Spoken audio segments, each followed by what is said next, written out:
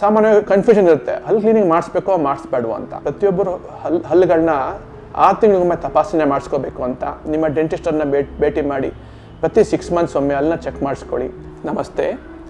ಸಮಸ್ತ ವಿಜಯ ಕರ್ನಾಟಕ ವೀಕ್ಷಕರಿಗೆಲ್ಲ ಆತ್ಮೀಯ ಸ್ವಾಗತ.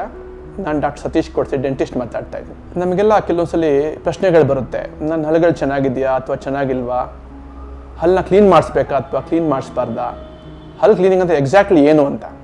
ಇದಕ್ಕೆಲ್ಲ ನಾನು ಉತ್ತರ ಕೊಡಲಿಕ್ಕೆ ಬಯಸ್ತೀನಿ.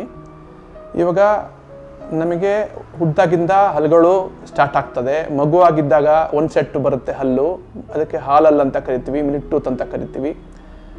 6 ವರ್ಷದಿಂದ ಪರ್ಮನೆಂಟಲ್ಲಿ ಹುಟ್ಟಕ್ಕೆ ಸ್ಟಾರ್ಟ್ ಆಗುತ್ತೆ. ಅದು ನಮ್ಮ ಲೈಫ್ ಲಾಂಗ್ ಒಂದೊಂದೇ ಹಲ್ಲು 12 ವರ್ಷದೊಳಗೆ ಎಲ್ಲ ಹಲ್ಲು ಬಾಯಲ್ಲಿ ಬಂದು ಲೈಫ್ ಲಾಂಗ್ ನಮಗೆ ಹಲ್ಲು ಸರ್ವಿಸ್ ಕೊಡ್ತವೆ. ಇದರ ರಕ್ಷಣೆ ಹೇಗೆ ಅನ್ನೋದ್ರ ಬಗ್ಗೆ ನಾವು ಸ್ವಲ್ಪ ಗಮನ ಕೊಡಬೇಕಾಗತ್ತೆ. ನಾವು ನಿಯಮಿತವಾಗಿ ಹಲ್ಲುಗಳನ್ನ ಚೆನ್ನಾಗಿ ಸಂರಕ್ಷಿಸ್ಕೊಂಡು ನೀಟಾಗಿ ಬ್ರಷ್ ಮಾಡ್ಕೊಂಡಿದ್ದ ಪಕ್ಷದಲ್ಲಿ ಹಲ್ಲುಗಳು ನೀಟಾಗಿರುತ್ತೆ.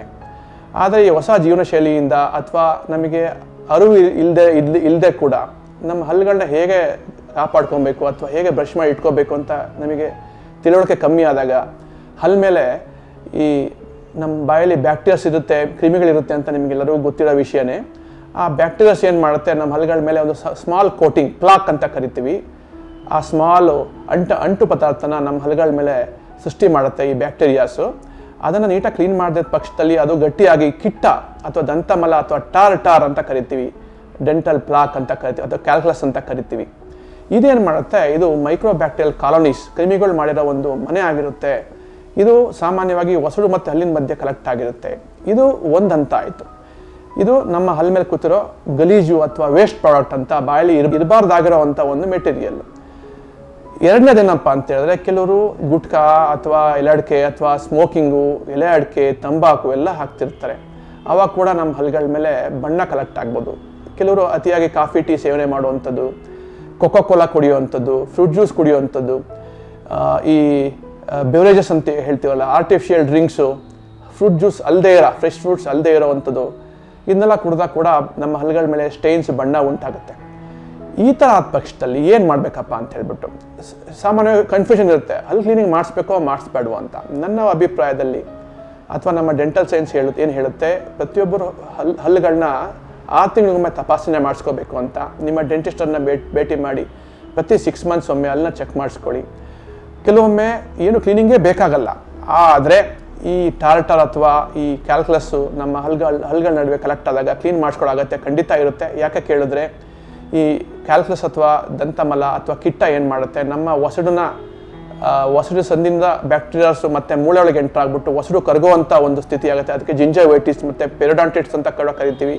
ಕ್ರಮೇಣ ಇದು ಹಲ್ಲುಗಳು ಲೂಸ್ ಆಗೋ ತನಕ ಈ ಒಂದು ಕ್ರಿಯೆ ನಡೆಯುತ್ತೆ. ಹಾಗಾಗಿ ಆ ಟಾರ್ಟರ್ ಏನಾಗಿದೆ, ಏನು ಕಲೆಕ್ಟ್ ಆಗಿರುತ್ತೆ ಹಲ್ಲುಗಳ ನಡುವೆ ಮತ್ತು ಒಸಡಿನ ಸಂದಿನಲ್ಲಿ, ಖಂಡಿತ ಕ್ಲೀನ್ ಮಾಡಿಸ್ಕೊಬೇಕು ಅಂತ ಸಲಹೆ ಕೊಡ್ತೀನಿ.